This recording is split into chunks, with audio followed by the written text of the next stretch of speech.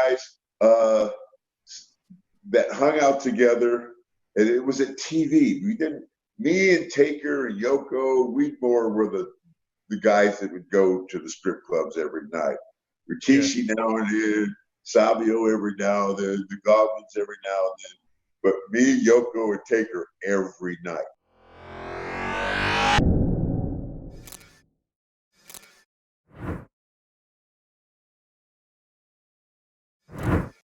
I met Undertaker in 1988. Okay. That's when I just got into the business, 88, 89. I had ran a program with Jerry Lawler. Jerry Lawler was my first opponent ever.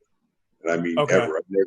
Dude, all I knew how to do was punch, kick, and the lock up. That's all I knew when I went to Jerry. And I start working with him.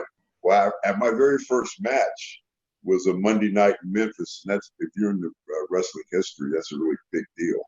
I beat Jerry in the middle, 1, 2, 3, my very first match. Wow. After that program was over, they're like, we're going to bring this tall, redheaded kid in to work against you. He's pretty green too, but he's not as green as you. And so that was Taker. We had a match together, and it was so shitty that they ended up putting us together. They made us a tag team, and we were called Death Express. Okay. We became very, very good friends. To this day, we are still very good friends. For me, it was always fun. There was a couple matches. I had a couple matches against Taker, and I think I was only nervous because I didn't want to let him down. And I'd probably been drinking all night, like always. I had a couple matches where I'm like, oh, they were big matches, probably casket matches. And so I was nervous to go out there, but as soon as I got out there and locked up with them, like he says, man, your nerves go away.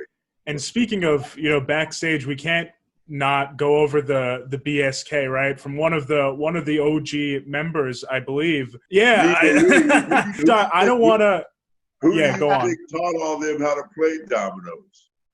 Well, I shouldn't say that. Yoko could play. Rikishi, I shouldn't say Rikishi, Yoko, and Sabio could play dominoes. I taught all the white guys how to play dominoes. Sabio's actually a really good domino player. Yes, he is. I saw it in action. It was a great group. We were a group of guys that hung out together, and it was at TV. We didn't. Me and Taker and Yoko, we more were the guys that would go to the strip clubs every night. Rikishi now and then, Sabio every now and then, the Goblins every now and then. But me, Yoko, and Taker every night.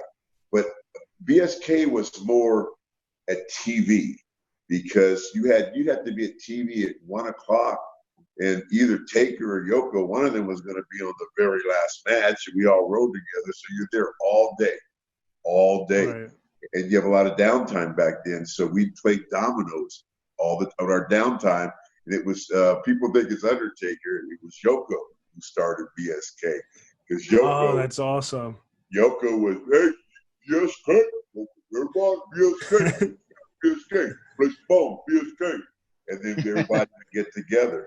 And then that's where we did most of our hanging out. BSK at night was me, Yoko, and Taker. Nice. That's awesome. Any stories that we haven't heard on the last ride about you and Taker or BSK that you care to share? You know what? Let me ask you a question. What do you think about the Take the Hat story? That's an incredible story. It's like so over the top. I was watching and it just kept getting crazier and crazier. It was going downhill. The door is what got me. When he says I headbutted the door, I didn't even know why, but it was just so cool. Yeah. You know what was so cool about that is I actually did that video in the club. It was over 2 years ago that I did that inside the club. And, they're just, and you don't know who you're talking about because you'll see me pop up in different things. Okay.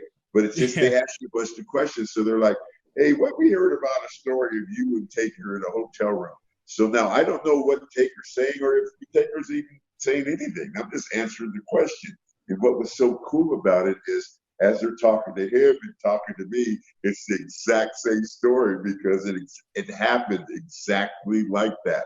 And at the very end, he goes, well, you had to kind of be there. He goes, we had a lot of nights like that. It was just a typical night with us, a typical night. That's how we were doing it, man. But everything, that was just, dude, that was such a fun time. Yeah. But like I said, there was no social media back then. So that nobody was taking pictures of you. There's no phones of people, So you could get away with a lot of stuff. You couldn't get away with that today, the stuff we were doing. But that story is so funny because it's so true. And I say at the end, but he took the hat. That's right. Does he still have that hat? He still has that hat, I'm assuming, right? He's got to. I don't think we saw it. I've been wearing these hats forever, even before I was the Godfather. And this hat is called the Godfather. If you take it off and I show you, it says Godfather in it. It's not because I put it in there. It's the style of hat. Okay. And so I had bought one Godfather style riverboat Stetson where it was flat on the top, but look basically like this, but flat on the top. And I bought it, and then I'd given it to him that night. And we used to give each other stuff back and forth, Rolexes, leather coats, all types of stuff. We usually give it back to each other. And so that's nice. It's so funny because I was so determined. And we're drunk, we're having fun. I was so determined he was going to take that. I don't care if you are the Undertaker. I don't care. You're taking the goddamn hat. Right.